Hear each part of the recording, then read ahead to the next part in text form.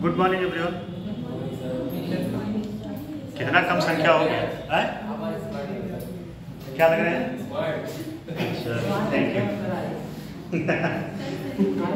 पढ़ाई को देखिए, हमें मत देखिए क्योंकि हम तो चले जाएंगे हैं? नहीं, हम तो चले जाएंगे। हमारे ज्ञान को अर्जित करिए, हमारे पर्सनालिटी को मत देखिए। तो कहाँ तक हो चुका था बताएं? कौन कौन जाके घर पे एक बार रिवीजन किया था? ईमानदारी से हाथ उठाए। कौन कौन? आप तो 2 दिन से गायब थे। घर गई थी? अच्छा, कौन कौन? आप तो आए थे उस दिन। बताइए, रिवीजन किया? क्या चल रहा था? क्या चल रहा था? कृष्णपाल जी आप बताएं, क्या चल रहा था?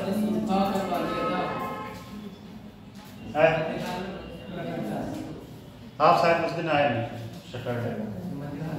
पॉलिटी वाला सेगमेंट शुरू हो गया। पॉलिटी, चलिए शासन प्रणाली पढ़ रहे थे। क्या पढ़ रहे थे? शासन प्रणाली। क्या हुआ?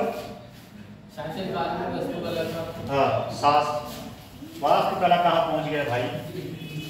कहाँ फर्स्ट कर रहे हैं? वास्तुकला में कहाँ पहुंच गया? शासन कला। शासन प्रणाली में क्या क्या शामिल है? पहले बताइए। पॉलिटिकल सिस्टम में क्या क्या है? लिखवाए थे, डायग्राम भी बनवाए थे। कौन बता सकता है? आप लोग बताएं। आप बताएं, ये आए थे, आप आए थे? आप भी नहीं आए?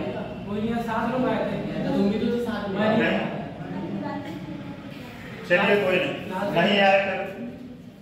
देखिए शासन प्रणाली,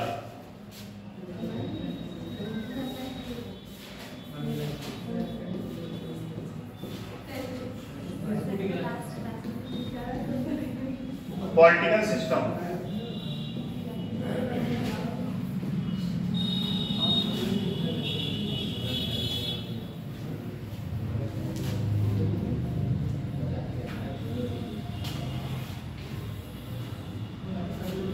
इसमें 3 चीज बताए थे।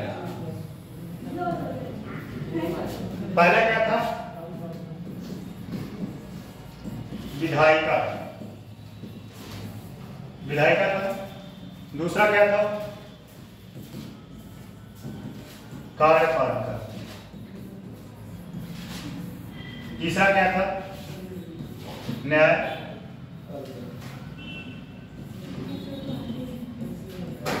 पालिका।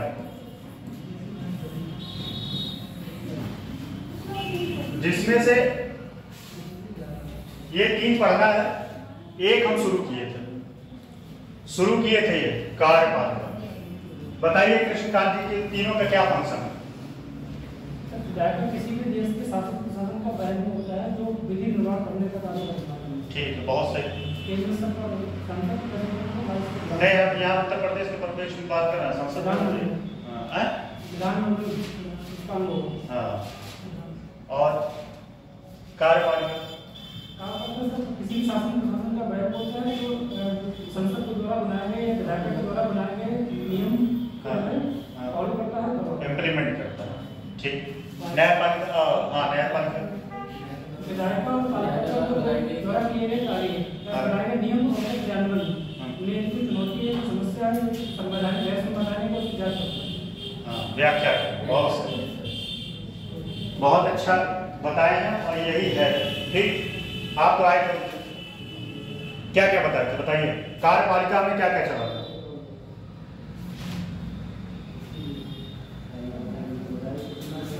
अच्छा, एक कॉन्सेप्ट और बताइए। उस दिन पूछे थे, अगर मेरे ख्याल से आप तो आए थे, पीछे आप जो बैठे हैं आप तो आए थे। और राज्य और राष्ट्र में अंतर, राज्य और राष्ट्र क्या होता है? कौन बता सकता है? आप बताएं, सानिया जी आप बताएं। राज्य और राष्ट्र क्या होता है? पॉलिटी पढ़े हैं? सर राज्य की सीमा घटती है और अच्छा। राज्य राज्य की सीमा, राज्य का क्या क्या, राज्य को बनाने के लिए क्या क्या चीजें चाहिए, फंक्शन क्या क्या है उसके, जैसे आपका भूभाग हो गया, बहुत सही, जनसंख्या हो गया, और गांव का संप्रभुता हो गई, संप्रभुता और ये सब अभी आ गया। Political system, political system. राष्ट्र क्या होता है? राष्ट्र किसी भी भौगोलिक क्षेत्र का वह क्षेत्र होता है जहाँ पर कानून जो है नहीं भी हो सकता है। राष्ट्र और फिर रीति रिवाज और होता है, चलिए बता दें और कोई। राज्यों का एक संघ, राज्यों का एक संघ है जहाँ राज्य होता है। राज्यों का संघ राष्ट्र होता है। अच्छा,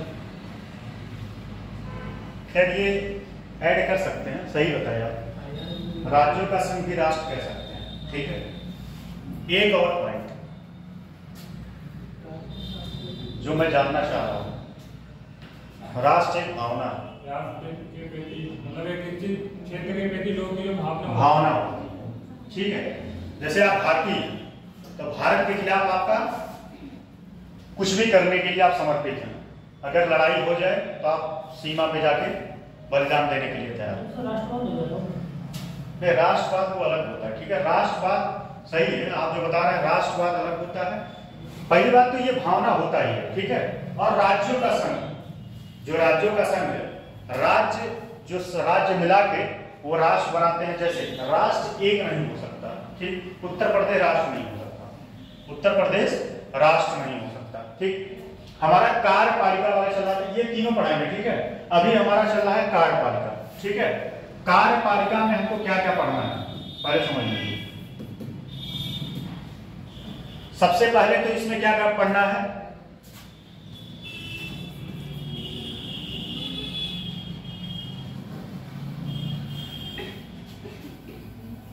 सचिवालय,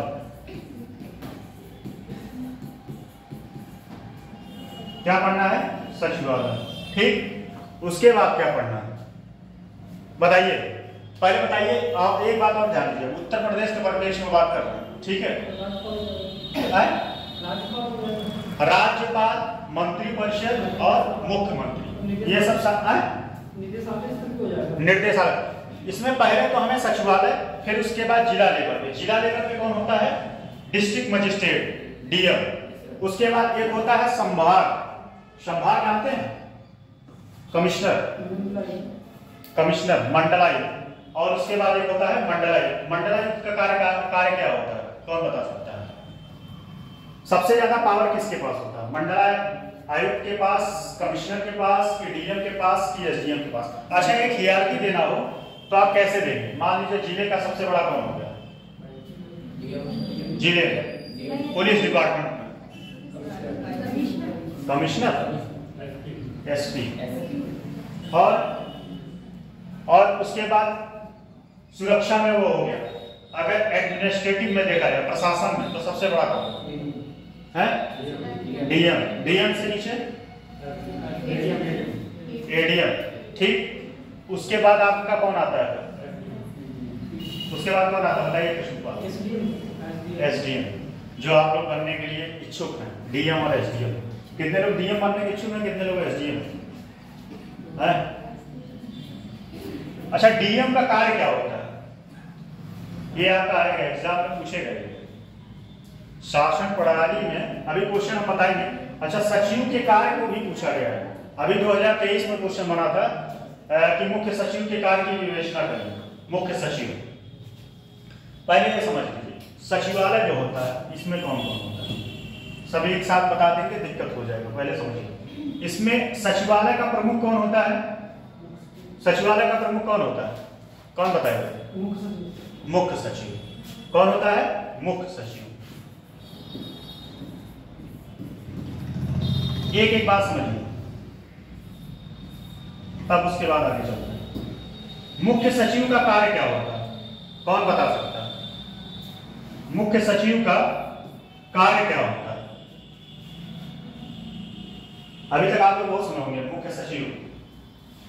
मुख्य सचिव एक सलाहकारी प्रतिनिधि होता है, सॉरी, एक सलाहकारी अधिकारी होता है। मतलब वो मुख्यमंत्री के योजना, जो मुख्यमंत्री या विधायिका द्वारा जो योजनाएं चलाई जाती हैं उसमें वह एक सलाहकार की भूमिका निभाता है और ज्यादा से ज्यादा किसी भी योजना में वह अपनी भूमिका अहम निभाता है। जैसे वह नीतियों को बनाने में अपना योगदान देता है, अपना सुझाव देता है, लेकिन वह बाध्यकारी नहीं होता। मुख्य सचिव जो है, अगर कोई नीतियां बन रही है, कोई सुझाव दे रहा है, तो जरूरी नहीं कि विधायिका उसको माने, विधायिका उसको माने। और एक बात और है, मुख्य सचिव का जो है कार्यकाल निश्चित नहीं होता, कार्यकाल मुख्य सचिव का निश्चित नहीं होता। दूसरी बात, जितनी भी कल्याणकारी योजनाएं चलती हैं, या ये कह सकते हैं ये सचिवालय जो होता है इसका प्रधान ही होता है, और इसके अंडर में बहुत सारे क्या होते हैं, जैसे आरओ जानते हैं नहीं, आरओ भी सचिवालय में होते हैं। ये लोग उसके सहायक होते हैं, सचिव के क्या होते हैं, सहायक होते हैं सचिव के। और सचिव के सहायक इसलिए होते हैं, ये लोग जो है उसके कार्य करते हैं, जो भी कार्य योजनाएं जो इम्प्लीमेंट होती हैं, उस योजनाओं को इम्प्लीमेंट करने के लिए ये सारे लोग अपना सुझाव देते हैं, नीतियां बनाते हैं, फिर सरकार के पास ले जाते हैं। अच्छा, एक चीज ध्यान दीजिएगा, मुख्यमंत्री जो है, ये जो विधायिका होता है, जो भी योजनाएं बनती हैं, ऐसा नहीं पड़े ज्ञानी पुरुष बैठे हैं सब वहां कि सांसद विधायक बैठ के जो है सारा नीति बना दी। ये जो सचिव या डीएम या जो नीति निर्माण करता है, यही लोग जो है नीतियां बनाते हैं, और ये जो है सरकार को देते हैं। किसको देते हैं? मंत्रिमंडल को देते हैं, और मंत्रिमंडल फिर उस पर मनन करता है, फिर वह जो है कार्य इंप्लीमेंट होता है। बात समझे? कोई विधायक जो है नीतियां नहीं बनाता, इतना ध्यान दीजिएगा। कोई विधायक जो है नीति नहीं बनाता, उसके सचिव हुए या फिर उस नीति के जो है डीएम या एसडीएम रैंक के जो अधिकारी होते हैं, उनकी नियुक्ति होती है कि इस पॉलिसी पे आपका क्या क्या सुझाव है, आप सुझाव दीजिए। सुझाव को सुझाव जो देते हैं, उसी के बेसिस पे फिर जो है नीतियां बनाई जाती हैं, और नीतियां बनाने के बाद फिर उसका इम्प्लीमेंट होता है। ठीक है, इतनी बात समझ में आई नहीं? सचिवालय का कार्य समझ में आई नहीं? कोई कंफ्यूजन तो हो तो बताइए, आए कुछ बात नहीं? इतनी बात समझ में आप लोगों को? समझ में आई क्या क्या होता है, सचिव का कार्य क्या होता है? सचिव आप बताएं, उसके बाद आप सुन लोग, आप लोग चुप पड़ गए। सचिव क्या करता है? सचिव, पहली बात तो पहला पॉइंट ये है कि सचिव जो है सचिवालय का प्रमुख होता है, सबसे मेन पॉइंट, और उसका कार्यकाल निश्चित नहीं होता। निश्चित मतलब ये समझिए, वो सचिव के रूप में उसका कार्यकाल निश्चित नहीं होता है। सचिव के रूप में जैसे वो एक अधिकारी होता है, एक डीएम ही सचिव बनता है। कौन बनता है? एक डीएम जो होता है वही सचिव बनता है।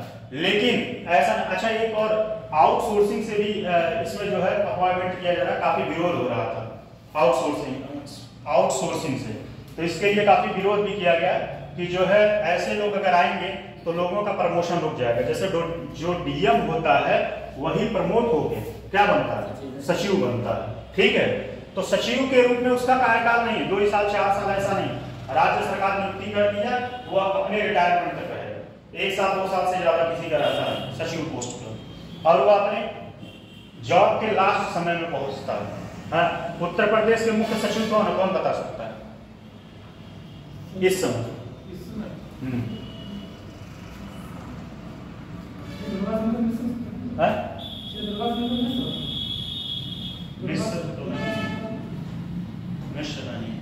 मनोज कुमार सिंह नाम सुने? अभी हाल ही में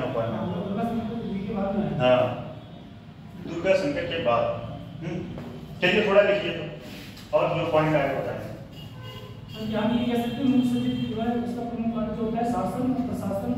शासन प्रशासन को सुचारू रूप से चलाने के लिए अपनी नीतियों को, अपने योजनाओं को, अपने सुझाव को देता है, और वह एक मध्यस्थता का भी काम करता है। शासन और प्रशासन में दोनों में मध्यस्थता का काम करता है। मतलब सरकार जो होता है और प्रशासन, सरकार हो गया, एक हो गया जो शासन हो गया, दोनों में क्या करता है?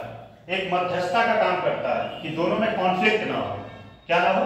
कॉन्फ्लिक्ट ना हो। प्रशासनिक जो संस्थाएं हैं उनको पहले भी सुचारू सुधारने का काम करता है। तो वही बात मध्यस्थता वाला बात बोले ना, मध्यस्थता वाला बात बोले ना, तो मध्यस्थता मतलब वो सारी चीजों को सुचारू रूप से चलाने का, मतलब ये कह सकते हैं मुख्य भूमिका निभाता है।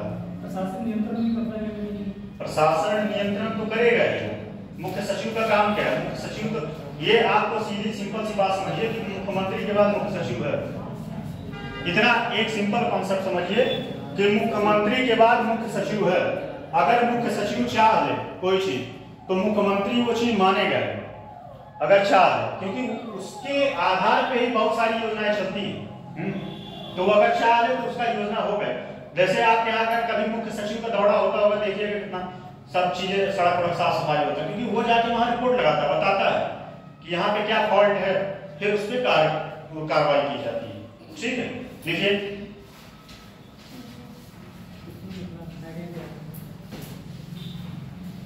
देखिए सरकार एवं शासन में अंतर। पहला तो एक बात और समझिए, सरकार और शासन में अंतर।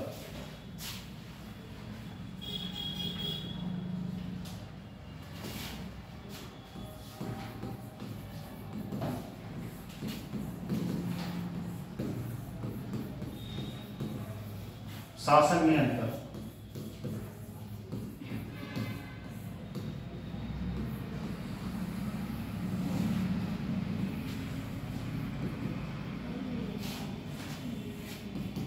कौन बता सकता है? सरकार और शासन।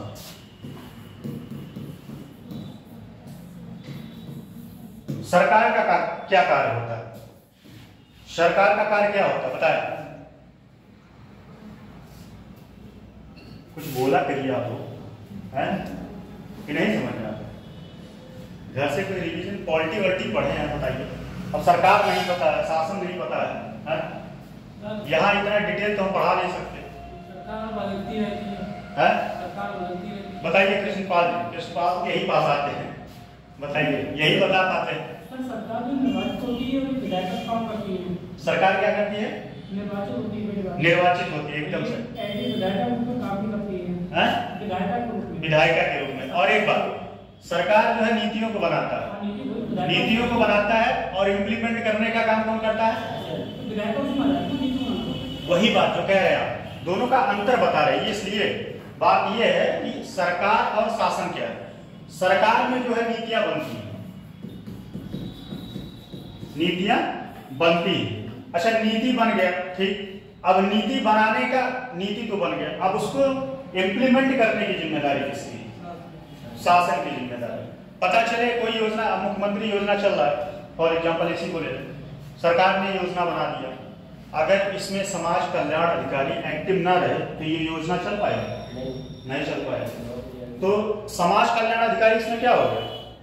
ये शासन से संबंधित है और सरकार ने योजना बनाई, ठीक है। इसका काम होता है लागू करना। लागू कराना मतलब चालू, उसको सुचारू रूप से चलवाना, ठीक है। और क्या होता है? 2-3 पॉइंट और है, समझ लीजिए तब। फिर उसके बाद सरकार का एक संरचना होता है, जो बात हो चुकी है, ठीक है। संरचना मतलब सरकार में क्या क्या होता है? मंत्री परिषद होता है, और कौन होता है? राज्यपाल होता है, ठीक। मंत्री परिषद होता है, राज्यपाल होता है, विधानसभा, विधान परिषद सब मिल के सरकार का निर्माण करते हैं, सरकार का निर्माण करते हैं, ठीक है। अच्छा एक चीज बताइए, विधायिका में कौन कौन शामिल होगा? विधायिका में कौन बताएगा? आप बताएं, आप बताएं विधायिका में कौन कौन शामिल होगा? पॉलिटी पढ़े हैं आप सब, बताइए। विधानसभा, ये बताइए विधानसभा जो, ठीक है, ऐसे बताइए विधानसभा में कौन कौन शामिल होगा? या विधानमंडल का, विधानसभा या विधानमंडल, कौन बता सकता है कौन कौन शामिल होता है? ये पॉलिटी का कॉन्सेप्ट है। अब ऐसे आप लोगों को नहीं पता रहेगा, इसीलिए मुझे बताना पड़ जाता है। अब हम भी ऊपर ऊपर करके बता के भाग लेते, इसीलिए मेरा क्लास पीछे हो जाता है। आप लोगों को इतना बेसिक चीज नहीं पता है। नहीं आपको पता है, आप एक अकेले व्यक्ति हैं, क्लास है और लोग क्या नहीं बता रहे? हाँ बताइए। लोकसभा सदस्य नहीं नहीं, हम लोकसभा के यहाँ बात नहीं हो रहा है, ठीक है। इतना ध्यान दीजिएगा कि जो भी बातें होंगी सब यूपी से ही संबंधित और विधानमंडल से संबंधित होंगी। हाँ, यहाँ लोकसभा का कोई जिक्र नहीं होगा, ना तो राष्ट्रपति का जिक्र होगा। तो विधानमंडल बताइए, बताइए आप लोग बताइए, आप तीनों लोग मिलके बताइए। विधानमंडल, ऐसे लगता है कि जैसे एकदम पॉलिटी पढ़े ही नहीं आप, शून्य है। पॉलिटी इतना सारा पढ़े हैं उसके बाद भी आप क्वेश्चन नहीं बता पा रहे हैं। आज वे लोग आएंगे, अभी वो बताइए, आप लोग भी बताया करिए। चलिए आप बताइए कृष्णपाल। किसी भी राज्य में विधानमंडल के 2 या 3 अंग हो सकते हैं। उत्तर प्रदेश में बात 3 अंग हैं विधानमंडल, जैसे आपको विधायिका के 3 अंग, सॉरी विधायिका के 3 अंग, एक आपका हम विधानमंडल की बात कर रहे हैं। विधानमंडल के 3 अंग हैं अपने। हाँ एक आपका राज्यपाल होता है। हाँ, कौन कौन शामिल होता है बस इतना मुझे बताइए एक लाइन। विधानसभा, विधान परिषद, राज्यपाल। राज्यपाल, एक जब एक लाइन का आंसर है था। अब बताइए आप लोग पढ़िए। क्वेश्चन नहीं समझ पाए? अच्छा, विधानमंडल बोल रहे थे। अब ऐसे लोकसभा पूछ लिया जाए तब तो लोकसभा में कौन कौन शामिल होता है बताइए। अब ये तो समझ गए ना, लोकसभा बताइए कौन कौन शामिल बताइए, हैं? कौन बताएगा? आप लोग बताइए, लोकसभा में कौन कौन शामिल होगा या संसद? संसद में बताइए। राष्ट्रपति, लोकसभा, राज्यसभा, 3 लोग हैं। लोकसभा में कौन कौन होता है? लोकसभा में उसका अध्यक्षता कौन करता है? लोकसभा का अध्यक्षता कौन करता है? राष्ट्रपति। अच्छा, ये क्वेश्चन का आंसर बताइए। ये क्वेश्चन लोकसभा से ही संबंधित है। लोकसभा अध्यक्ष ना हो तो कौन उसका अध्यक्षता करेगा? अगर वो भी ना रहे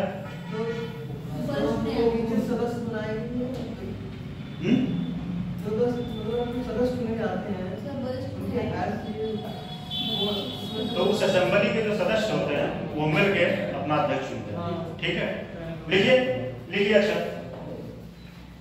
आप लोग समझाए तो क्वेश्चन मेरा खत्म नहीं होगा, समझाने में ऐसे समझाते रह जाएंगे। देखिए, सरकार एवं शासन में अंतर। आप लोग कूप मंडूक हैं, कूप मंडूक मात्रा जानते हैं क्या होता है? क्या होता है? कौन बताएगा? चलिए, कूप मंडूक नहीं जानते हैं तब भी सही है। चलिए, सरकार एवं शासन में अंतर। हमारा क्लास बढ़वा दीजिए टाइमिंग, तभी इतना डिटेल बता मिलेगा, नहीं तो हम ऊपर से फिर भागेंगे, क्योंकि हम ऑलरेडी 2 क्लास पीछे चल रहे हैं। अब आप लोग साथ नहीं देंगे अभी। हमने कहा ऑनलाइन के लिए।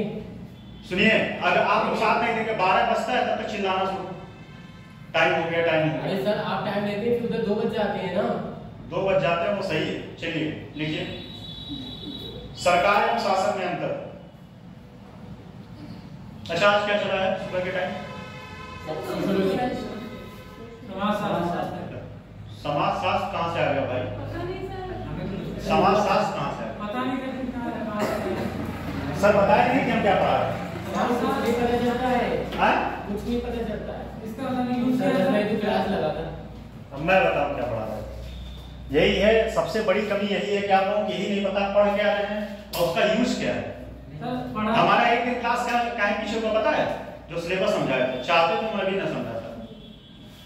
आप लोग पढ़ रहे थे सोसाइटी, ठीक है, सोसाइटी जी मेंस का पार्ट है और ठीक है, उसमें सोशल इश्यूज भी आएगा और वो सामाजिक विज्ञान का ही पार्ट है। समाजशास्त्र नहीं पढ़ रहे, सोसाइटी समाजशास्त्र का एक छोटा सा सेगमेंट है। तो वही लिखवाया क्या समाजशास्त्र? मुझे आप मुझे तो उनको बताइए किस लिए पढ़ा रहे हैं, मतलब किसमें आएगा, प्री आएगा, मैंने बताया। तो क्या बताया? नहीं बताया आप थे क्लास में? अरे सर बता तो रहे थे, कह रहे थे 2 प्री में भी इसके क्वेश्चंस आएंगे। प्री में तो आते नहीं है। चलिए, अच्छा बात मत करिए, क्लास कंप्लीट करिए, क्लास के बाद बात करिए। देखिए, difference between governance and governance. सरकार एवं शासन में अंतर। हमारा क्लास बढ़वा दीजिए, टाइमिंग एकदम बहुत घुस के बताएंगे चीजें, क्वालिटी में पढ़ा डालेंगे, जितना पढ़ाएंगे उतना क्वालिटी में बता देंगे। देखिए, सरकार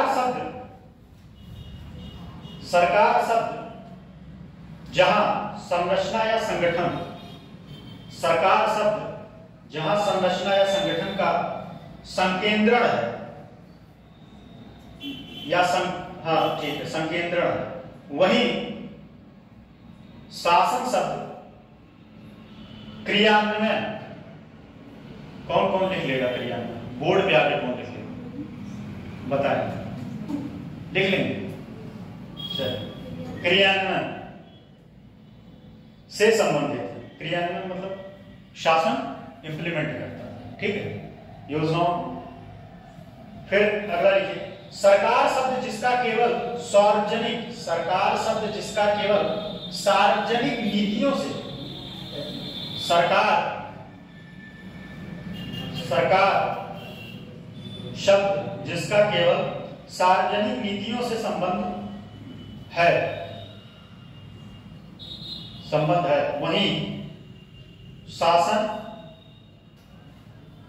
शासन एक व्यापक शब्द है, शासन एक व्यापक शब्द है जिसमें, शासन एक व्यापक शब्द है जिसमें निर्णय, निर्माण तथा क्रियान्वयन दोनों आते हैं, तथा क्रियान्वयन दोनों आते हैं। इसके अतिरिक्त शासन एक निरपेक्ष धारणा है, शासन एक निरपेक्ष धारणा है।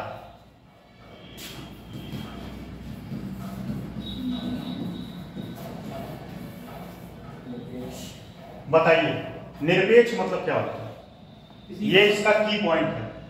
किसी का पक्ष में आती है, किसी का बिना पक्ष के, बिना पक्षपात के निरपेक्ष, निरपेक्ष धारणा जो कार्य निष्पादन पर धारणा है, धारणा कुछ ज्यादा तेज है हमारा, धारणा जिसके अतिरिक्त धारणा है जो कार्य निष्पादन पर आधारित होता है, जो कार्य निष्पादन पर आधारित होता है। जबकि सरकार, एक बात ध्यान दीजिएगा, राज्यपाल जिस दिन मैं पढ़ाऊंगा विधायिका, आप लोग पढ़ के आना, क्योंकि हम आर्टिकल नहीं बताएंगे, पहले बता दे रहे हैं, मैं आर्टिकल नहीं बताऊंगा कि राज्यपाल का किसमें नियुक्ति होता है, किसमें उसके कार्य मैं बताऊंगा। आर्टिकल प्रीलिम्स का है, उसका कॉन्सेप्ट मैं बताऊंगा पूरा, राज्यपाल कैसे, क्या उसकी नियुक्ति कैसे होता है, क्या फंक्शन है उसका, क्या कार्य है। लेकिन ये मैं अब ये हमसे ना पूछने लगी है किस आर्टिकल के तहत होता है, क्योंकि ये प्रीलिम्स का क्वेश्चन है और आपको मेंस में आना भी नहीं है, ठीक। निष्पादन आधारित होता है। जबकि सरकार का कार्य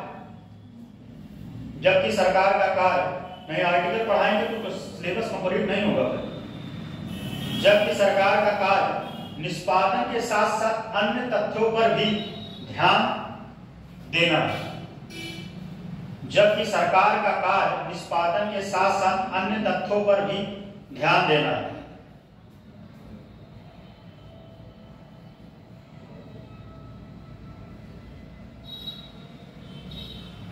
अगला हेडिंग लिखिए, शासन प्रक्रिया में कमियां, शासन प्रक्रिया में कमियां। पहला पॉइंट, अच्छा बताइए शासन प्रक्रिया में कमियां क्या क्या होती हैं? पहले आप लोगों से पूछ लें, नहीं बता पाएंगे तो हम कहिए, बताइए आप लोग बताएं। आज खाना नहीं खा के आए, क्या चाय पी के? हम रात में जाग के आए हैं, सोच लीजिए, सुबह 3 बजे आए हैं और सोए नहीं है, 2 घंटे सोए।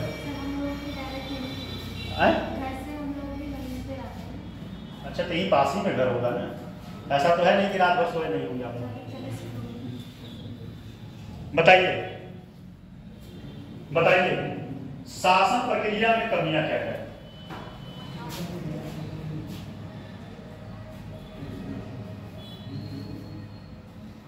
पहली कमी,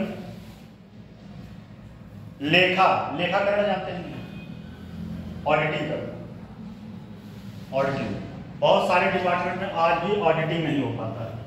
ऑडिटिंग करने का मतलब ये है, जैसे जो योजनाएं लागू की जाती हैं उसका ऑडिट करना चाहिए। ऑडिट करने के बाद बताना चाहिए कि कि योजनाओं पर कैसे पैसा कहां कहां खर्च किया गया। तो पहला लूप होल है। दूसरा, जवाबदेहिता का अभाव।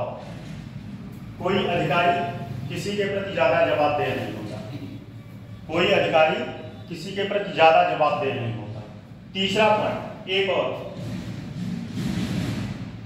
परियोजनाओं के, देखिए परियोजनाओं जो भी नीतियां लाई जाती हैं उस नीतियों में विलंबन हो जाता है, मतलब समय ज्यादा लग जाता है। समय ज्यादा लगने की वजह से वह नीतियां सुचारू रूप से चल नहीं पाती। ठीक है, ये कुछ पॉइंट है। देखिए, संबंधित पक्षों की, पहला पॉइंट, संबंधित पक्षों की पर्याप्त भागीदारी, संबंधित पक्षों की पर्याप्त भागीदारी का अभाव, संबंधित पक्षों की पर्याप्त भागीदारी का अभाव तथा नियम कानूनों का अनुपयुक्त एवं अपर्याप्त संबंध। इस लाइन को थोड़ा सा समझ लीजिए, इस लाइन को समझा देते। संबंधित पक्षों की पर्याप्त भागीदारी का अभाव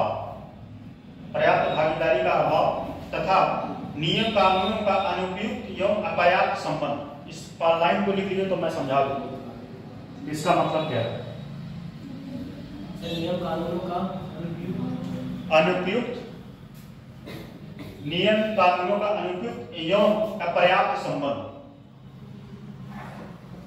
अब जैसे इसको समझिए एक एग्जांपल से।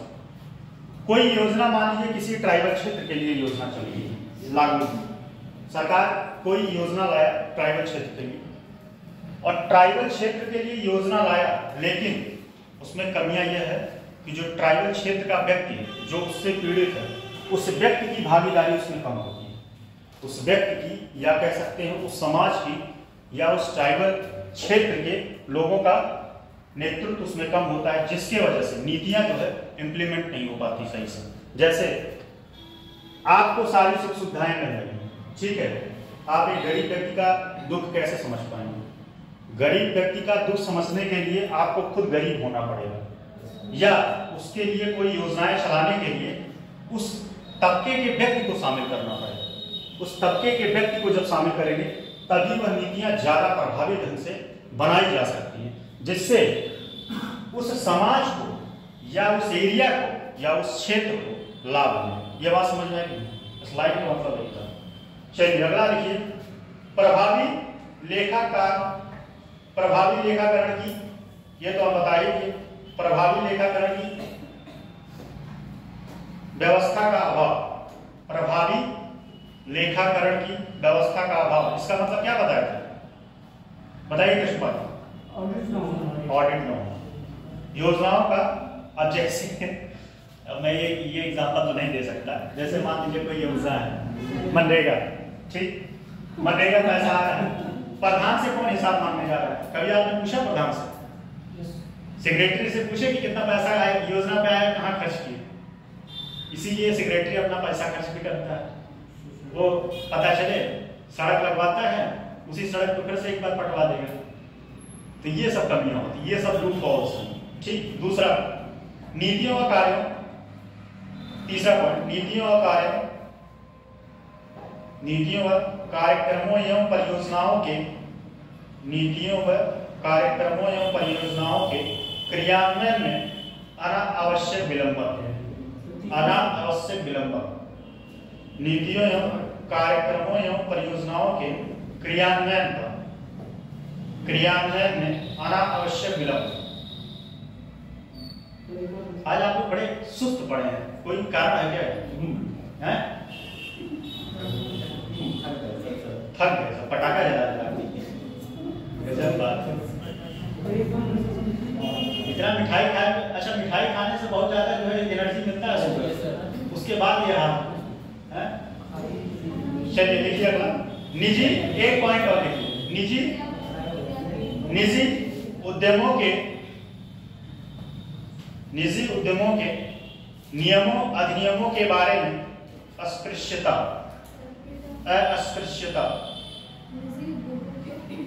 निजी उद्यमों के नियमों अधिनियमों के बारे में अस्पृश्यता। सर लिखाए होंगे कितना टॉपिक उनको पढ़ाना है, लिखाए कौन सी बात है सर? जो अभी पढ़ा है नहीं कल बताएंगे, आज टाइम हो गया था, लेट हो गया था सर। मैं बताएंगे कहाँ से क्या चीज हमको भी पढ़ाना होगा, लेकिन यूपी को पढ़ाएंगे। जितना सारा जीएस में पढ़ेंगे सब हम पढ़ाएंगे, लेकिन बस यूपी से संबंधित, इसलिए इनका कॉन्सेप्ट समझिएगा। मैं उसको कंटिन्यू थोड़ा और करूंगा। शासन सचिवालय लिखिए, सचिवालय, इसके बारे में इसकी भूमिका पर क्वेश्चन आया हुआ। कल मैं क्वेश्चन दूंगा, ठीक है। आज पूरा टॉपिक कंप्लीट करेंगे। शासन सचिवालय, जिसके बारे में अभी बताइए। राज्य लिखिए, शासन सचिवालय लिखिए। राज्य का शासन सचिवालय ही, राज्य का शासन सचिवालय ही वास्तव में वह तंत्र है जिसकी सहायता से राज्यपाल तथा राजनीतिक कार्यपालिका सहायता से राज्यपाल तथा राजनीतिक कार्यपालिका यानी मंत्रिपरिषद सहित मुख्यमंत्री अपने अधिकारों का प्रयोग करते हैं। सचिवालय का प्रमुख दायित्व मंत्रिपरिषद को नीति निर्माण में सहायता करना। ये सब बातें समझाई थी ना, नीति निर्माण में सहायता करना। इस उद्देश्य की पूर्ति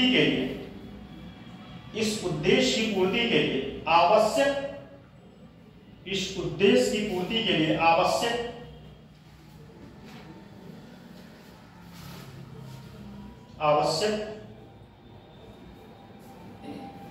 सूचनाएं, आंकड़े तथा अन्य सामग्रियां उपलब्ध कराना है या कराया जाता है। दोनों बात लिख सकते हैं, कराना है या कराया जाता है। इसके अतिरिक्त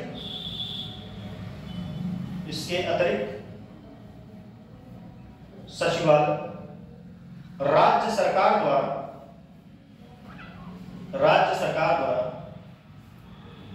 निर्धारित नीतियों व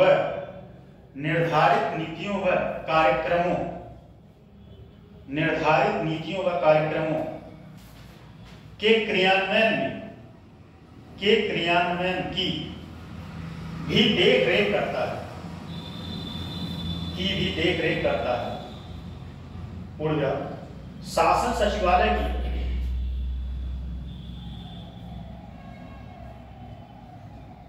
विभिन्न भूमिकाएं होती हैं। शासन सचिवालय की विभिन्न भूमिकाएं होती हैं जो इस प्रकार है। अब देखिए शासन सचिवालय की भूमिका,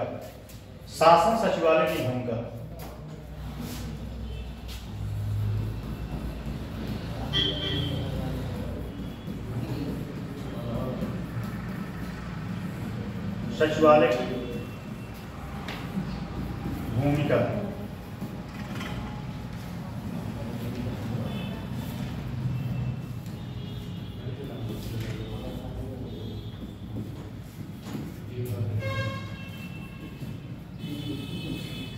ठीक, देखिए सब पॉइंट लिख लीजिए, मैं समझा दूंगा टॉपिक। जैसे कि पहले लिखिए, ऐसे बना लीजिए, सब पे इधर उधर करके कोई पे लिख लीजिए, कोई दिक्कत नहीं है, ठीक है। चाहे कोई ऑर्डर नहीं है इसका। पहला लिखिए नीति निर्माण, एरो लगा के सब पे, एरो पे एक एक पॉइंट लिखिएगा। नीति निर्माण, नीति निर्माण।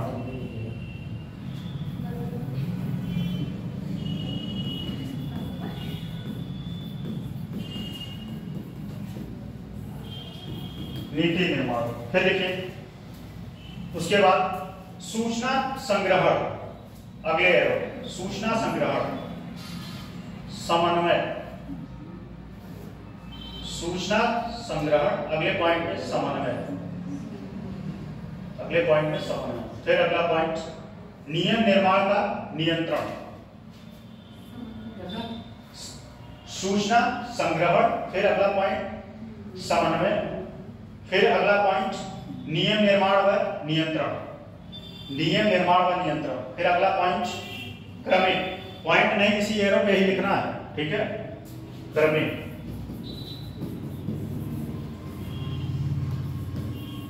सूचना ग्रहण, फिर सूचना संग्रहण, ठीक, समन्वय, समन्वय, क्रमिक, क्रमिक प्रशासन, फिर अगला है विधायी, विधायी दायित्व, क्रमिक प्रशासन, प्रशासन, विधायी दायित्व, विधायी दायित्व, फिर अगला पॉइंट लिखिएगा विधायी दायित्व। अगला पॉइंट केंद्र तथा अन्य राज्यों से संबंधित दायित्व, केंद्र तथा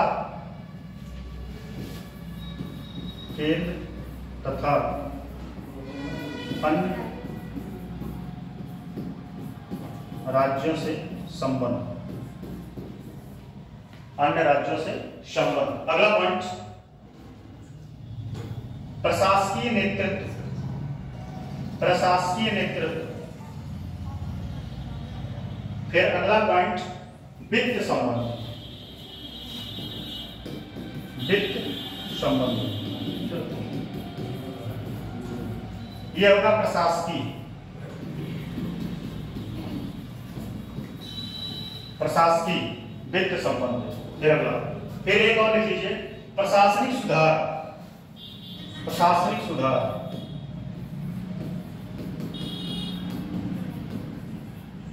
प्रशासनिक सुधार,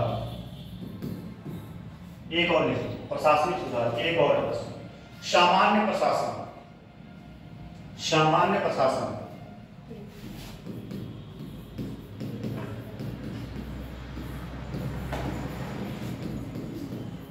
देखिए कुछ एक दो पॉइंट इसमें लिखवा देंगे, बाकी चीजें समझा देंगे, ठीक है। लेकिन ये क्वेश्चन तभी आपका कंप्लीट होगा जब इसके बारे में लिखने का आएगा सचिवालय की भूमिका, तो सारे पॉइंट के बारे में दो दो पॉइंट लिखना पड़ेगा आपको, दो दो लाइन, ठीक। पहले आते हैं नीति निर्माण। नीति निर्माण के बारे में बता ही चुके, नीति निर्माण का कार्य यही करता है। सूचना संग्रह, ये समझिए सूचना संग्रह से इससे क्या, इसका क्या मतलब है। कोई भी नीति जब बनाई जाती है, नीति बनाने के पहले उसके आंकड़े इकट्ठा किए जाते हैं जिसके लिए बनाई जा रही है। मान लीजिए किसी ट्राइबल क्षेत्र के लिए या गरीबी योजना के लिए या किसी भी योजना के लिए, जैसे मान लीजिए मुख्यमंत्री अभ्युदय कोचिंग चल रहा है, इसको बनाने के पीछे का कारण क्या था, क्यों बनाई गई ये योजना। ये योजना इसलिए बनाई गई, इसी को लेकर मैं समझा रहा हूं, क्योंकि बहुत सारे ऐसे व्यक्ति थे या बच्चे, व्यक्ति नहीं बच्चे थे, जो पैसे के अभाव में, पैसे के अभाव में मतलब ये पैसे के अभाव में जो है तैयारी नहीं कर पाते थे, एग्जाम की प्रिपरेशन नहीं कर पा रहे थे, जैसे IIT, PMT, नीट, उसके बाद जो है IAS, PCS, जो भी बड़े एग्जाम थे उस एग्जाम से वो वंचित हो जाते थे। वंचित इसलिए हो जाते थे क्योंकि उनके पास संसाधन की कमी थी, पैसे नहीं थे, पैसे न रहने की वजह से वो जो है तैयारी नहीं कर पाते थे। अब इसके बारे में आंकड़ा इकट्ठा किया गया कि कितने लोग ऐसे ऐसे व्यक्ति हैं जिनको जरूरत है। जब इकट्ठा हुआ है आंकड़े कि हाँ इतने लोग ऐसे हैं जिनको देना चाहिए, फिर उसके बाद नीतियां बनाई गई, नीतियां बनाई गई, फिर इंप्लीमेंट हुआ। ये दो पॉइंट समझ में आए कि नहीं, कोई कंफ्यूजन। फिर अगला समझिए, अगला पॉइंट है नियम निर्माण व नियंत्रण। तो नियम निर्माण व नियंत्रण क्या होता है, सचिवालय कोई नियम बनाता है उस पर उसका नियंत्रण भी होता है, ठीक है। योजना कैसे लागू की जाएगी, किस तरीके से चलाया जाएगा और उस पर क्या रूफॉल हो सकता है, वो बात लगातार उस पर जो है अपनी निगाहें जमाए रहता है। कोई कमियां तो नहीं हो रही है, अगर कमियां हो रही है तो उसको सुधार करना चाहिए। ये क्या होता है, नियम निर्माण प्रक्रिया संबंध। अगला पॉइंट इसमें है क्रमिक प्रशासन। क्रमिक प्रशासन समझिए, क्रमिक प्रशासन में क्या होता है, जैसे इसमें जो है क्रमिक प्रशासन, इसमें जो है नियुक्तियों से संबंधित होता है। नियुक्तियों मतलब जैसे आप लोगों का इसमें लोक सेवा आयोग, सॉरी उत्तर प्रदेश लोक सेवा आयोग या पद उन्नति मतलब समझ रहे हैं, प्रमोशन। इसमें क्या, इसमें जो प्रमोशन का कार्य होता है वो भी इसमें किया जाता है, ठीक। इसमें नियुक्ति होता है, ठीक। और उसके बाद इसमें पेंशन का भी कार्य किया जाता है। किसका? पेंशन वाला जो भी कार्य होता है इसके तहत किया जाता है, क्रमिक प्रशासन के तहत। अब इसमें कोई चीज आती है आपकी और एक बात पढ़े, लोक सेवा होता है, लोक सेवा वही मैं बताया, लोक सेवा में आता है, माध्यमिक शिक्षा परिषद ट्रेन आता है, जितने चीज है क्रमिक में ये सब सारा चीज में आएगा जो नियुक्तियों से संबंधित है, ठीक है। अगला इसमें एक पॉइंट और है, विधायी दायित्व। विधायी दायित्व बताइए, विधायी दायित्व में क्या है इसका, कौन बता सकता है? विधायी दायित्व कौन बता सकता है? आप नहीं बता रहे? सबको बताइए नहीं, आप पूछो हमसे। हाँ तो बताइए, आपसे ही पूछे। सरकार की जो विधि बनाने के में जो आकलन करवाना और जो नीति की सलाह देना, यानी विधि निर्माण सरकार करती है, तो उसके लिए जो सचिवालय जो होता है ये नीति निर्माण तो वही हो गया, नीति निर्माण वाला ही बात आप विधि बनाने की प्रक्रिया में सहयोग करना, सहयोग, बस इतने आंसर है इसके। अगला है केंद्र और अन्य राज्यों में संबंध। तो सचिवालय का एक कार्य और होता है, जैसे आपका उत्तर प्रदेश सरकार है, ठीक, यह किसी और राज्य सरकार से आपसी तालमेल बढ़ाता है, आपसी तालमेल बढ़ा के अपने राज्य का ग्रोथ कराता है, ट्रेड बढ़वाता है और अन्य सारी कार्य को सुचारू रूप से चलवाता है। एक पॉइंट इसमें और है वित्त संबंधित कार्य, ये कौन बताए, ये इंपॉर्टेंट है, वित्त संबंधित कार्य।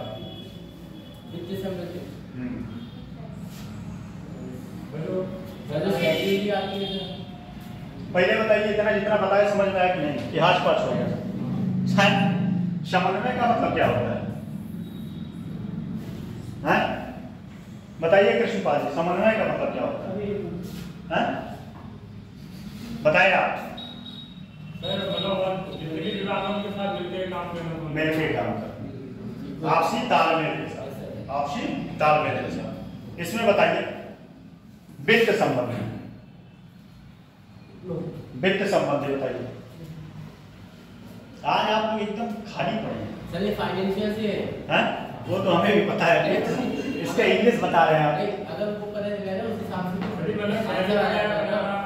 देखिए आप जो राजनीतिक आयोग होता है, राजनीतिक आयोग होता है, तो उसके पंचायत, नगर पालिकाओं और राजनीतिक के ऊपर कितना डिस्ट्रीब्यूट होगा, और बजट का भी काम यही करता है। सही, बस इतना, बस एक पॉइंट इसमें था कि बजट का जो कार्य होता है वह वित्त सुधार, क्या हुआ, वित्त संबंधित कार्य इससे संबंधित होता है, ठीक। एक प्रशासनिक सुधार, प्रशासनिक सुधार एक आयोग आया था, प्रशासनिक सुधार। हाँ, कौन बता सकता है? बताए थे आपने पॉलिटी वाले सर, बताए होंगे जरूर बताए। उसके अध्यक्ष कौन थे? सेकेंड ARC रिपोर्ट, ये एथिक्स में बहुत यूज होता है इसका, सेकेंड ARC। चलिए वो हमारा टॉपिक नहीं है, फिर अभी उलझ जाएंगे, 10 मिनट उसमें जाएगा।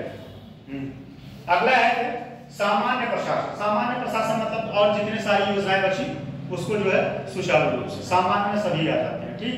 अब इसमें लिखिए पहले समन्वय, जो मेन चीजें लिखवा देते हैं, लेकिन लिखना आपको सबको है, ये बात ध्यान दीजिएगा। लिखना अगर आपको जब सचिवालय की भूमिका पूछेगा तो आपको सारे के बारे में 2-2 पॉइंट लिखना पड़ेगा, तभी क्वेश्चन कंप्लीट होगा। और 200 शब्दों में आएगा, क्या होता है, 200 शब्दों में आएगा। लिखिए समन्वय। सर वहां पर इस टाइप से बना सकते हैं? हाँ, ये आप जो डायग्राम बना है ना, इस डायग्राम को बनाइएगा आप एग्जाम में। अगर आप एग्जाम, ये डायग्राम इसीलिए मैं बनवाता हूँ कि अगर आप इस डायग्राम का यूज करते हैं एग्जाम में तो आपको नंबर अच्छा मिलता है, ठीक है, आंसर आपका अच्छा लगता है। लिखिए शासन, लिखिए प्रशासन की विभिन्न गतिविधियां, समन्वय में लिखिए, ये बहुत इंपॉर्टेंट है।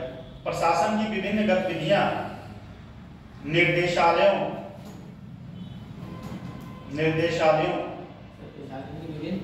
गतिविधियां निर्देशालयों मंडलों एवं निगमों, मंडलों एवं निगमों, मंडलों एवं निगमों। थोड़ा आप लोग यहाँ क्वालिटी पढ़ा करिए, नहीं तो ऐसे अब सब चीज जाके जब तुम्हें बताना पड़ेगा, फिर कोर्स नहीं कंप्लीट हुआ है। आप लोग एकदम जैसे लगता है पढ़ते ही नहीं, थोड़ा बहुत पढ़ा करिए। ऐसा तो है नहीं कि इसमें कुछ नया चीज बता रहे हैं, नया कुछ नहीं, सब जो पढ़े आप क्वालिटी में वही चीजें हैं। ठीक, निगमों, लोक उपकर्मों, लोक उपकर्मों आदि के माध्यम से, आदि के माध्यम से संचालित होती है, आदि के माध्यम से संचालित होती है, संचालित होती है, इन संचालित होती है। इन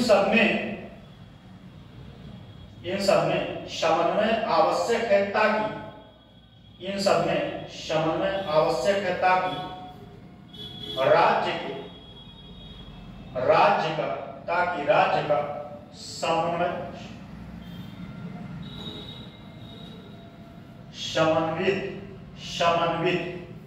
ताकि राज्य का समन्वित विकास, ताकि राज्य का समन्वित विकास को दिशा दी जा सके, दिशा दी जा सके। यह दायित्व सचिवालय निभाता है, यह दायित्व सचिवालय निभाता है। पूर्णविराम, पूर्णविराम। और राजनीतिक कार्यपालिका में मुख्यमंत्री तथा, राजनीतिक कार्यपालिका में मुख्यमंत्री तथा प्रशासन में मुख्य सचिव, इसके आगे से है। हाँ, राजनीतिक कार्यपालिका में मुख्यमंत्री तथा प्रशासन में मुख्य सचिव, प्रशासन में मुख्य सचिव समन्वय की भूमिका निभाते हैं, समन्वय की भूमिका निभाते हैं। सभी महत्वपूर्ण नीतियों, सभी महत्वपूर्ण नीतियों या नीतियां, सभी महत्वपूर्ण नीतियां वित्तीय, सभी महत्वपूर्ण नीतियां, वित्तीय नीतियां तथा कार्मिक प्रशासन, वित्तीय नीतियां तथा कार्मिक प्रशासन के, कार्मिक प्रशासन के अनेक मामले मुख्य सचिव तथा मुख्यमंत्री के, अनेक मामले मुख्य सचिव तथा मुख्यमंत्री के बिना, मुख्य सचिव तथा मुख्यमंत्री के बिना निर्मित नहीं होते, निर्मित नहीं होते। मुख्य सचिव और मुख्यमंत्री के बिना निर्मित नहीं होते। इन दोनों की बहुत विशेष भूमिका होती है, निर्मित नहीं होते। अगला लिखिए वहीं से, मुख्य सचिव मंत्रिमंडल का, मुख्य सचिव मंत्रिमंडल का, मुख्य सचिव मंत्रिमंडल का सचिव तथा अंतर्विभागीय, सचिव तथा अंतर्विभागीय समितियों का अध्यक्ष होता है, अंतर्विभागीय समितियों का अध्यक्ष होता है। उसकी इस पद, उसकी इस पद स्थिति से ही, उसके इस पद स्थिति से ही समन्वय का कार्य हो पाता है, समन्वय का कार्य हो पाता है, समन्वय का कार्य हो पाता है। अब इसमें लिखिए, पॉइंट में लिखिए, प्रशासन में, पॉइंट में लिखिए, प्रशासन में समन्वयकारी भूमिका निभाने वाली, प्रशासन में समन्वयकारी भूमिका निभाने वाली,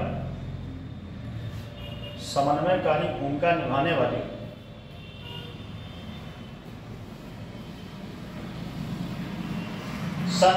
संस्थाएं जिनमें मंत्रिमंडल, संस्थाएं जिनमें मंत्रिमंडल, सचिवालय, मंत्रिमंडल, सचिवालय मुख्यमंत्री का कार्यालय, मुख्यमंत्री का कार्यालय, सब में कॉमा करते जाइए, मुख्यमंत्री का कार्यालय, कॉमा, मुख्य सचिव का कार्यालय,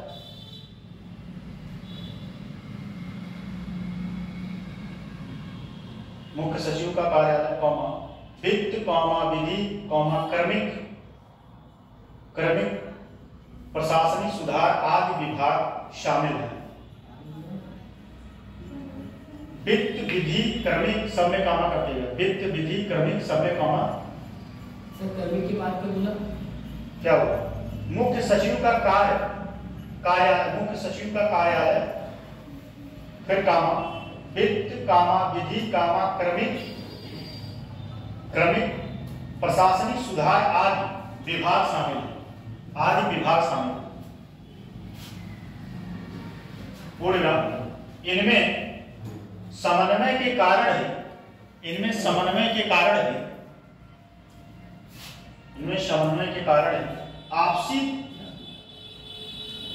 इनमें समन्वय के कारण है आपसी टकराव काफी हद तक कम होते हैं। इनमें समन्वय के कारण है आपसी टकराव काफी हद तक कम होते हैं। फिर अगला लिखिए, क्रमिक प्रशासन, क्रमिक प्रशासन लिखिए, सचिवालय ही वह स्थान है जहां पर, सचिवालय ही वह स्थान है जहां पर सचिवालय ही वह स्थान है जहां पर लोक सेवकों की भर्ती, कॉमा, नियुक्तियां, लोक सेवकों की भर्ती, कामा, नियुक्तियां, कामा, प्रशिक्षण, कामा, पदोन्नति, कामा, स्थानांतरण, कामा, सेवा शर्तें, कामा, सेवा शर्तें, तथा अनुशासनात्मक, लिख दे रहे हैं।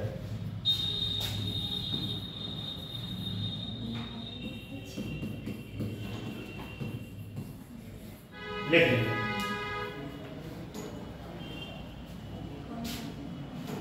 कार्यवाही के विषय में, कार्यवाही के विषय में नीतियां तथा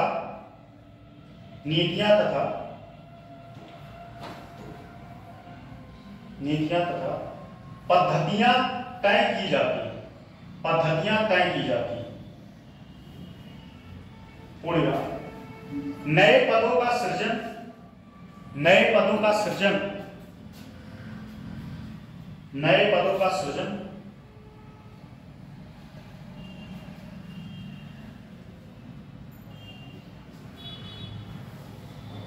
अधिकारियों की पुनर्नियुक्ति, अधिकारियों की पुनर्नियुक्ति, कॉमा, त्यागपत्र, कामा, त्यागपत्र, कामा, भत्ते, पेंशन आदि,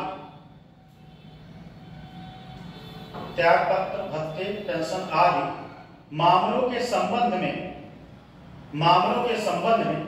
यही निर्णय लिए जाते हैं, यही निर्णय लिए जाते हैं। कहाँ? क्रमिक प्रशासन में यही निर्णय लिए जाते हैं, यही निर्णय लिए जाते हैं। यहां पर समय के साथ विभिन्न बदलाव, यहां पर समय के साथ विभिन्न बदलाव भी किए जाते हैं, यहां समय के साथ विभिन्न बदलाव भी किए जाते हैं, विभिन्न बदलाव भी किए जाते हैं, जिससे प्रशासन को सुचारू रूप से चलाया जा सके, जिससे प्रशासन को सुचारू रूप से चलाया जा सके। एक और लिखिए, वित्त संबंधित कार्य, ये भी इंपॉर्टेंट है, वित्त संबंधित कार्य लिखिए,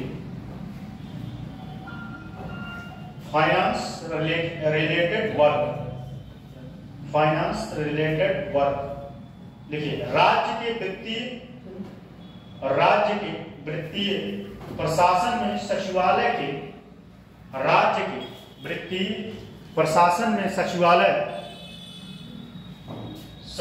के वित्त विभाग की महत्वपूर्ण भूमिका, वित्त विभाग की महत्वपूर्ण भूमिका, वित्त विभाग की महत्वपूर्ण भूमिका, वित्त विभाग की महत्वपूर्ण भूमिका होती है, वित्त विभाग की महत्वपूर्ण भूमिका होती है। बजट निर्माण से पूर्व, बजट निर्माण से पूर्व क्या हुआ? बजट, बजट निर्माण से पूर्व विभिन्न विभागों से प्राप्त, विभिन्न विभागों से प्राप्त आय व्यय के अनुभवों, आय और व्यय के अनुभवों का, आय और व्यय के अनुभवों का अध्ययन, आय और व्यय के अनुभवों का अध्ययन, अध्ययन तथा संशोधन, तथा संशोधन करना इस विभाग का, संशोधन करना इस विभाग का, तथा संशोधन करना इस विभाग का दायित्व, दायित्व। इसके साथ ही, इसके साथ ही विधानसभा में पूछे गए, इसके साथ ही विधानसभा में पूछे गए प्रश्नों का उत्तर तैयार करना, विधानसभा में पूछे गए प्रश्नों का उत्तर तैयार करना, तैयार करना भी इसकी ही जिम्मेदारी है। किसका? वित्त संबंधित विभाग या वित्त संबंधित, इसकी ही जिम्मेदारी है, इसकी। ये अलग से कोई विभाग होता है या कोई कमेटी वगैरह होती है? नहीं, ये कमेटी है, उसी में वित्त विभाग का एक कमेटी है, उसका जो है, क्योंकि ये सचिवालय आप पढ़ रहे हैं, ठीक है, तो सचिवालय ये सब जो है अपना देते हैं, वित्त विभाग तो होता है। हाँ, तो लिखिए जिम्मेदारी वित्त विभाग, फाइनेंशियल मिनिस्टर के अंडर में होता होगा ये। हाँ हाँ, फाइनेंस, फाइनेंस जो मिनिस्टर होता है उसी। वित्त विभाग बजट के सफल, वित्त विभाग बजट के सफल क्रियान्वयन के लिए, क्रियान्वयन के लिए नियंत्रण पर्यवेक्षक की भूमिका, नियंत्रण पर्यवेक्षक की भूमिका निभाता है तथा लेखा सेवा पर, तथा लेखा सेवा पर, तथा लेखा सेवा पर प्रशासनिक नियंत्रण रखता है, तथा लेखा सेवा पर प्रशासनिक नियंत्रण रखता है।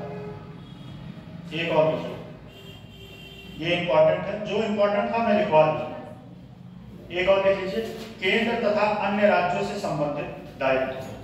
अगला टॉपिक, केंद्र तथा अन्य राज्यों से संबंधित दायित्व।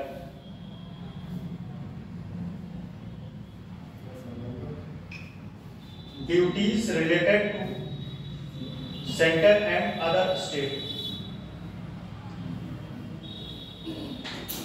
देखिए, केंद्र सरकार से मिलने वाली समस्त प्रकार की, केंद्र सरकार से मिलने वाली समस्त प्रकार की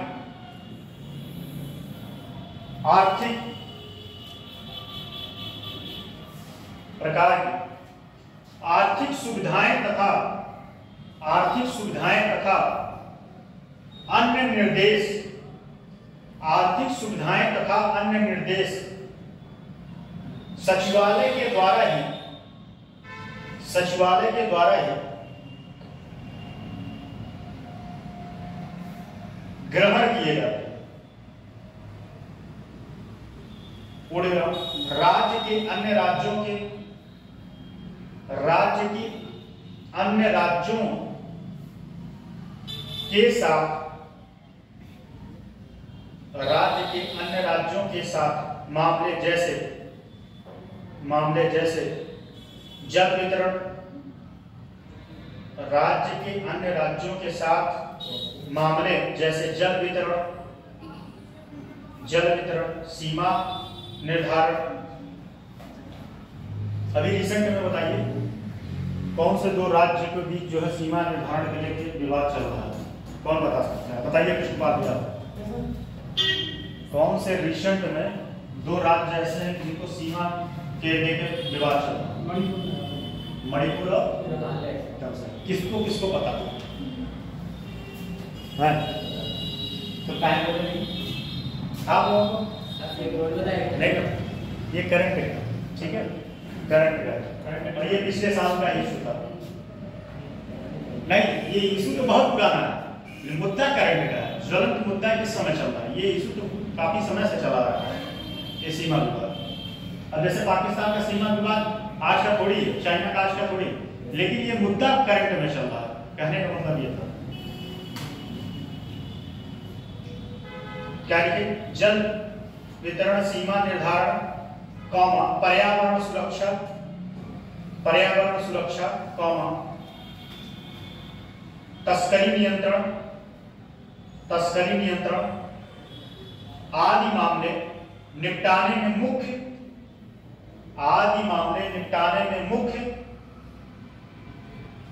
मुख्य सचिव सहित मुख्यमंत्री की महत्वपूर्ण भूमिका, मुख्य सचिव सहित मुख्यमंत्री की महत्वपूर्ण भूमिका होती है और इनके द्वारा इस दायित्वों को पूर्ण करना सचिवालय के सहयोग से ही संभव हो पाता है।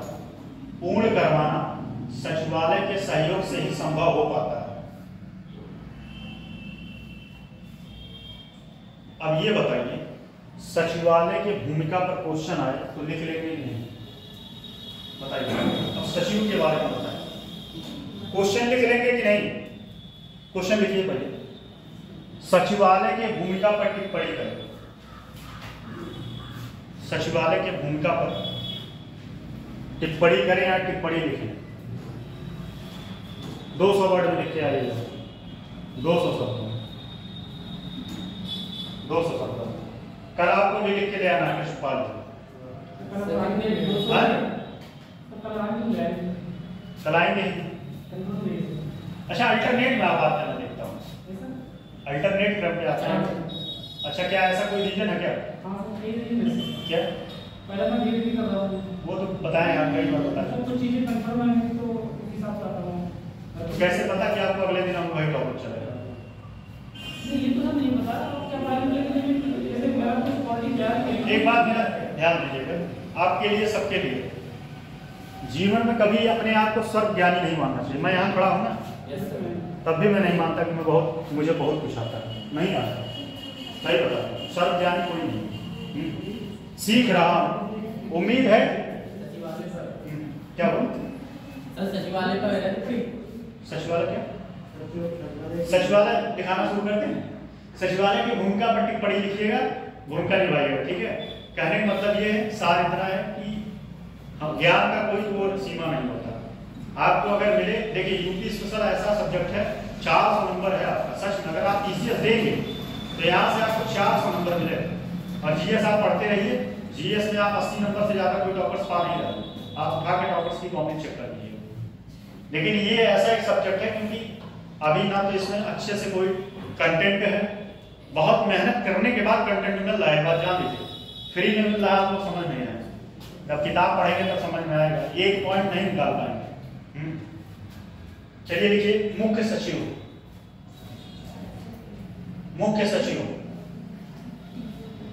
मुख्य सचिव के बारे में जैसा कि हम समझाए चुके, लिखिए मुख्य सचिव, राज्य सचिव। देखिए, मुख्य सचिव और राज्य सचिव का शासकीय प्रधान होता है। और ये क्वेश्चन 2023 में ही बना। मुख्य सचिव की भूमिका पर टिप्पणी लिखो, ये 2023 में ही क्वेश्चन आया। उत्तर प्रदेश यूपी स्पेशल जो अभी हाल ही में हुआ था, 24 में लिखिए, मुख्य सचिव राज्य सचिव का प्रशासकीय प्रधान होता है। वह प्रशासन का वह प्रशासन का प्रशासनिक प्रमुख होता है। वह प्रशासन का प्रशासनिक प्रमुख होता है। ये बात समझ रहे हैं कि नहीं लाए? मतलब सबसे वो जो प्रशासन होता है उसका प्रमुख होता है। एक बात याद रखिए, डीएम का सचिव से ऊपर कोई क्वेश्चन है, कोई भी डीएम जो है, जो आईएएस अफसर होता है, वो सचिव से बड़ा कुछ बन नहीं सकता। सचिव सबसे बड़ा पोस्ट होता है। आयोग का अध्यक्ष बनाना वो मैटर है, ठीक है, लेकिन अपने मतलब पद में सबसे उच्च पद सचिव का होता है, उससे उच्च पद कोई नहीं होता। और खासकर मुख्य सचिव तो समझिए वो मुख्यमंत्री का दाहिना हाथ। तो देखिए, सचिवालय के सभी विभाग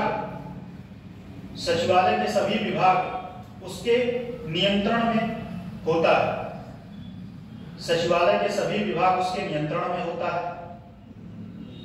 वर्ष 1973 ब्रैकेट में लिखिएगा प्रशासनिक सुधार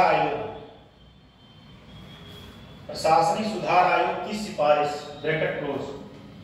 प्रशासनिक सुधार आयोग की सिफारिश, ब्रैकेट क्लोज के बाद से ही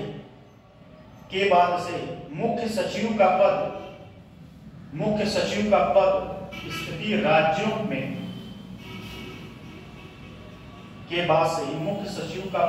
स्थिति राज्यों में कार्यरत सभी लोक सेवकों में सर्वोच्च होता है।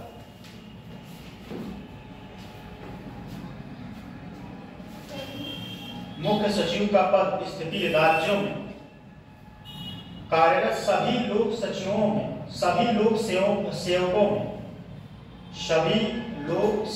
में सर्वोच्च होता है। पैराग्राफ चेंज करते हैं, सभी लोक सेवकों में सर्वोच्च होता है। पैराग्राफ चेंज करते हैं, मुख्य सचिव का कार्यकाल निश्चित नहीं होता है। मुख्य सचिव का कार्यकाल निश्चित नहीं होता है। सामान्यतः सेवानिवृत्त की आयु पूर्ण होने पर मुख्य सचिव भी सेवानिवृत्त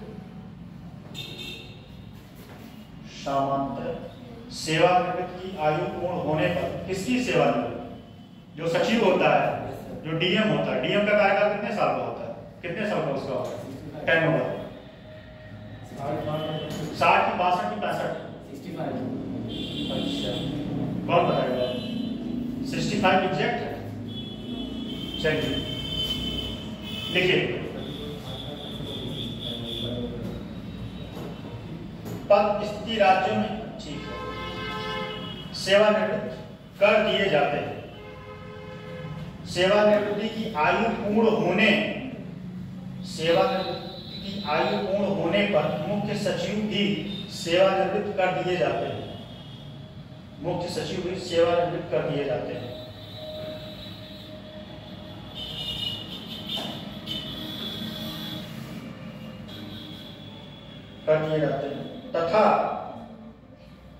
तथा अपने सेवानिवृत्त के पहले मुख्य सचिव दो विभागों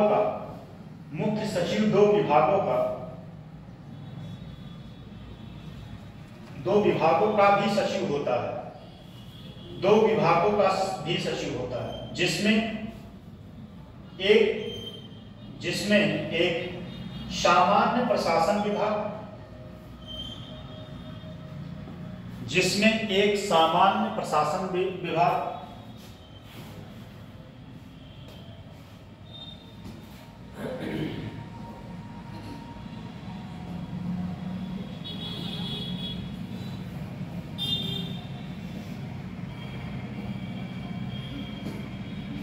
मुख्य सचिव,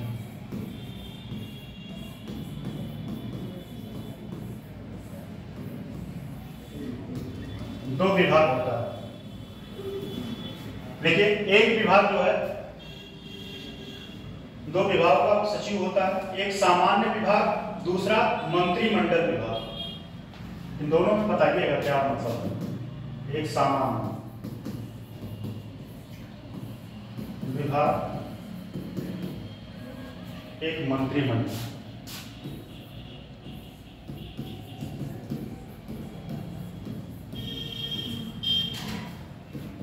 बताइए दोनों को क्या मतलब है। इन दोनों विभागों का रहता है,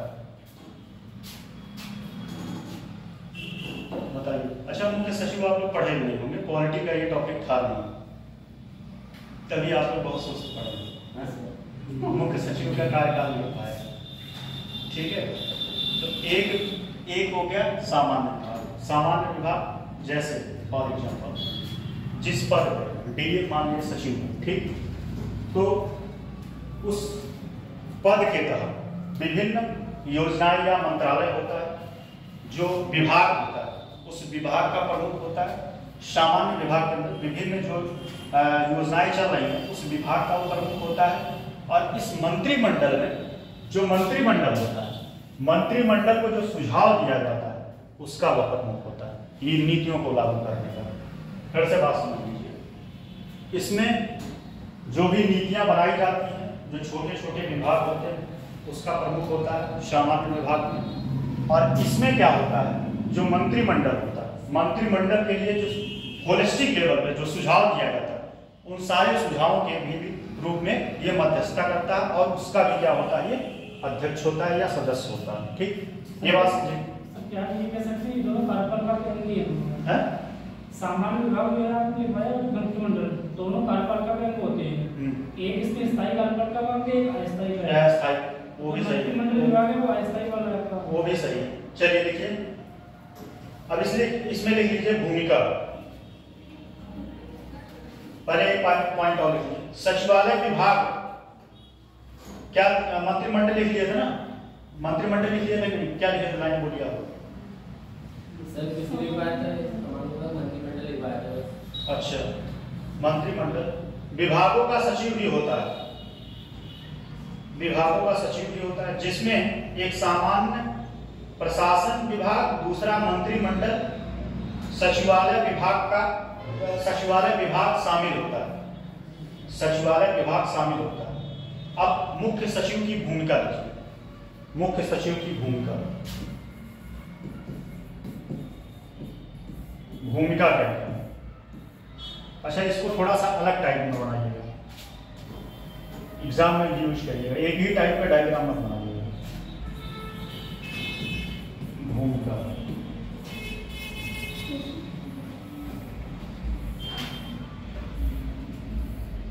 इस तरीके से वो बनाइए भूमिका। देखिए पहले लोग लिखिए, मुख्यमंत्री के सहयोगी के रूप में, पहले मुख्यमंत्री के सहयोगी के रूप में, मुख्यमंत्री मंत्री के सहयोगी के रूप में।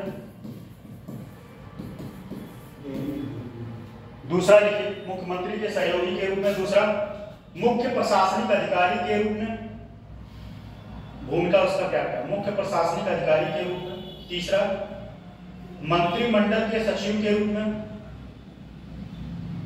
मुख्यमंत्री के सहयोगी के रूप में। दूसरा, मुख्य प्रशासनिक अधिकारी के रूप में। तीसरा, मंत्रिमंडल के सचिव के रूप में, मंत्रिमंडल के सचिव के रूप में।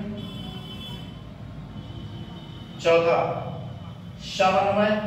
समन्वयक के रूप में, मध्यस्थता करने वाले के रूप में। पांचवा पॉइंट, आपातकाल महत्वपूर्ण भूमिका। अच्छा, आपातकाल में महत्वपूर्ण भूमिका क्या होगा, बताइए। आपातकाल में महत्वपूर्ण भूमिका उसका क्या हो सकता है, जैसे बाढ़ आ जाए, ठीक, भूकंप आ जाए, उसमें वह तत्काल डिसीजन ले सकता है, तत्काल प्रभाव से कोई योजना या कोई डिसीजन ले सकता है। उसके लिए यह नहीं है कि तुरंत जाकर वो मंत्रालय से या मुख्यमंत्री से सिग्नेचर करवा, तत्काल प्रभाव से अपने स्वविवेक से वह निर्णय ले सकता है। ठीक, अब लिखिए अगला, लिखिए कार्य। ये तो भूमिका हो गया, कार्य लिखिए, कार्य लिखिए। कार्य लिखिए, राज्यपाल कार्य, राज्यपाल कॉमा कार्य। इसका भी डायग्राम ऐसे ही बनाइएगा जैसे बनाया, ऐसे ही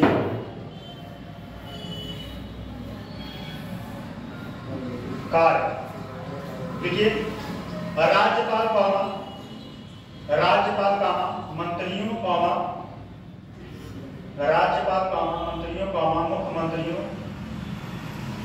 से संबंधित संस्थापन प्रकरणों पर कार्यवाही, संस्थापन प्रकरण पर कार्यवाही। दूसरा पॉइंट, राज्य, दूसरा पॉइंट, राज्य शासकीय नीतियों में, राज्य शासकीय नीतियों में सहयोग करना, राज्य की शासकीय नीतियों में सहयोग करना।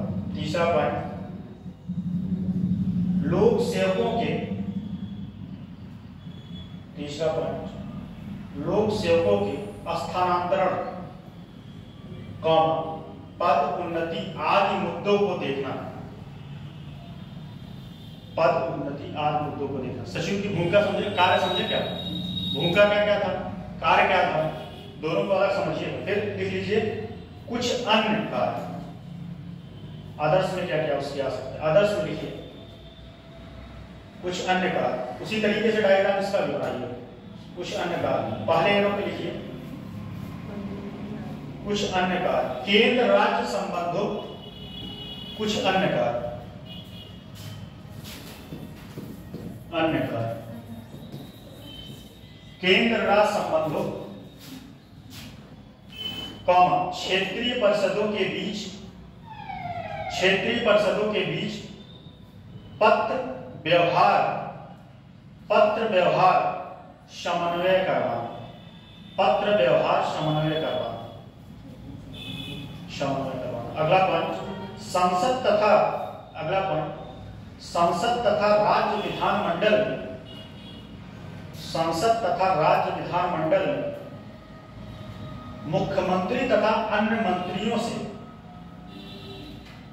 मुख्यमंत्री तथा अन्य मंत्रियों से संबंधित प्रश्नों के उत्तर हेतु, संबंधित प्रश्नों के उत्तर हेतु आंकड़ा एवं सूचनाएं, आंकड़ा एवं सूचनाएं क्या होगा, संबंधित केंद्र राज्य संबंधों कौमा क्षेत्रीय परिषदों, ये तो पहला पॉइंट था। दूसरा, संसद तथा राज्य विधानमंडल में मुख्यमंत्री तथा अन्य मंत्रियों से संबंधित प्रश्नों के उत्तर हेतु आंकड़ा एवं सूचनाएं उपलब्ध करवाना, आंकड़ा एवं सूचनाएं उपलब्ध करवाना, आंकड़ा एवं सूचनाएं उपलब्ध करवाना। एक और लिख लीजिए, राज्य सरकार के वक्ता के रूप में, राज्य सरकार के वक्ता के रूप में। अब इसका निष्कर्ष लिखिए, मुख्य सचिव के बारे में पूछेगा तो ये पॉइंट आपका पूरा एक कंप्लीट आंसर होगा। इसका निष्कर्ष लिख लीजिए। अतः, निष्कर्ष हेडिंग मत डालिए, पैराग्राफ चेंज करके लिखिए। अतः मुख्य सचिव, अतः मुख्य सचिव सचिवालय का प्रमुख होने के साथ, मुख्य सचिव सचिवालय का प्रमुख होने के साथ मुख्यमंत्री, मुख्यमंत्री कौमा राज्यपाल, मुख्यमंत्री कौमा राज्यपाल के सलाहकार के रूप में भी, के सलाहकार के रूप में भी अपनी भूमिका निभाता, के सलाहकार के रूप में भी अपनी भूमिका निभाता है। कुछ विशेष परिस्थितियों में, पूर्ण विराम के बाद कुछ विशेष परिस्थितियों में उसे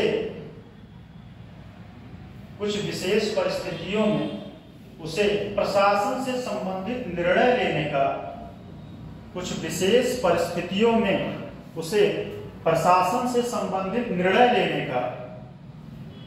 प्रशासन से संबंधित निर्णय लेने का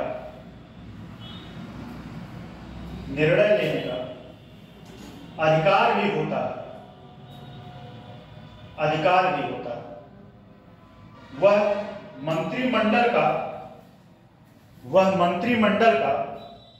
सदस्य न होते हुए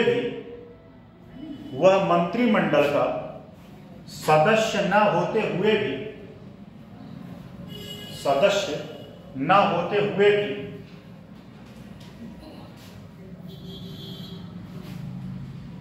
राज्य के द्वारा चलाई जा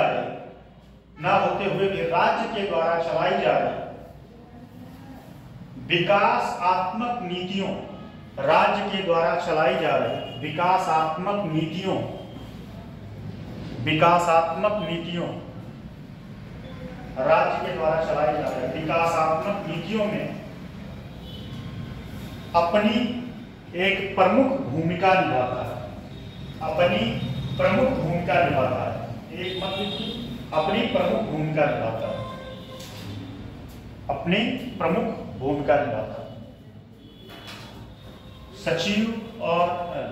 सचिवालय और सचिव दोनों बात समझ में आएगी, कोई कंफ्यूजन नहीं ना।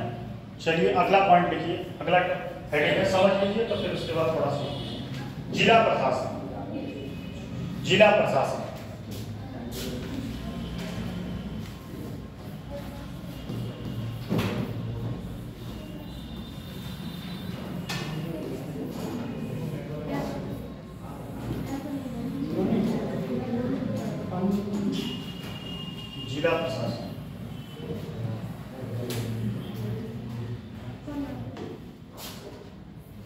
जिला प्रशासन कार्यालय देखे नहीं कोई?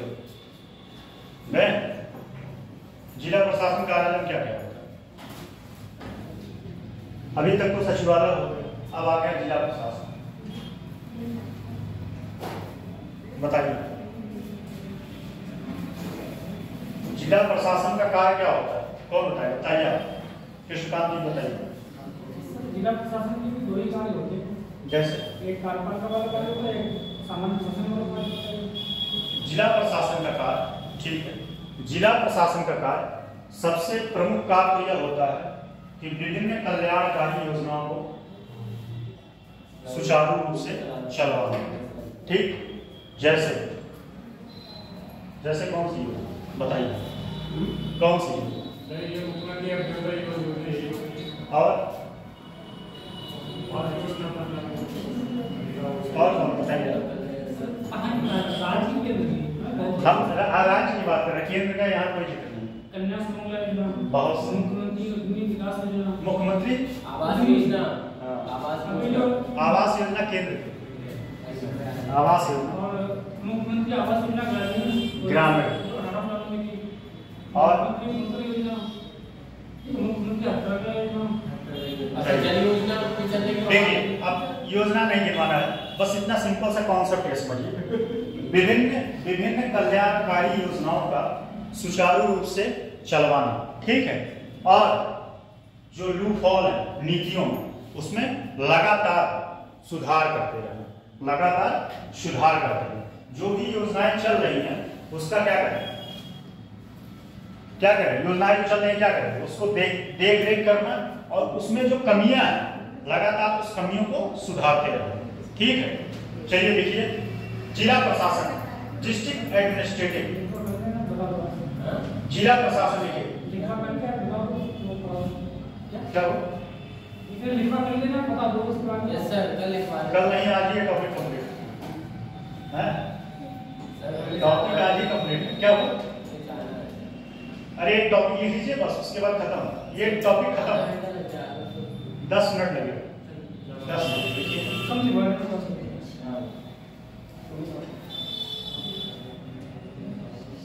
देखिए जिला, अच्छा आप लोग लिखना नहीं चाहते क्या? सर फिर आपकी बात जो होती है वो भी लिखवाती है, सुबह से हम लिखते रहते हैं ना। यही बात है, नहीं लिखोगे यार तो कैसे मेंसवा लिखोगे? पहले ये बताओ आप, मेंस कैसे लिखोगे, कहाँ से लिखोगे? अभी टाइम नहीं हुआ सर मेंसवा में मेंसवा में कैसे लिखोगे बताओ? सर उसमें कैसे लिखोगे बताओ? सर आपको कितना लिखना रहता है? सर देखिए 4000 वर्ड लिखना रहेगा, मेंस नहीं लिख पाओगे, सीरियसली बता रहा हूं। और आप लोग लिखने से भागते हैं, हम तो ये नहीं समझ पाते। देखिए ये कथा हम जो है 2 महीने से चलेगा, कथा 1 से 2 महीने चलेगा, उसके बाद क्या रहेगा बताइए? क्या रहेगा? कितनी बातें आप कल बताते हैं, आज तो बता नहीं पाते। जो मैं कल बताता हूं वो आज तो बता नहीं पाते, और 1 साल बाद एग्जाम देना कितना याद रहेगा? 0, कुछ याद नहीं रहेगा। समझ में आया? तो बात समझिए, लिखिए। अगर नहीं लिखेंगे, नोट्स नहीं बनाएंगे तो कुछ नहीं होगा, ठीक है? नोट्स नहीं बनाएंगे, और किताब से एक बात ध्यान दीजिए, किताब से पढ़ के एक भी पॉइंट नहीं निकाल पाओगे।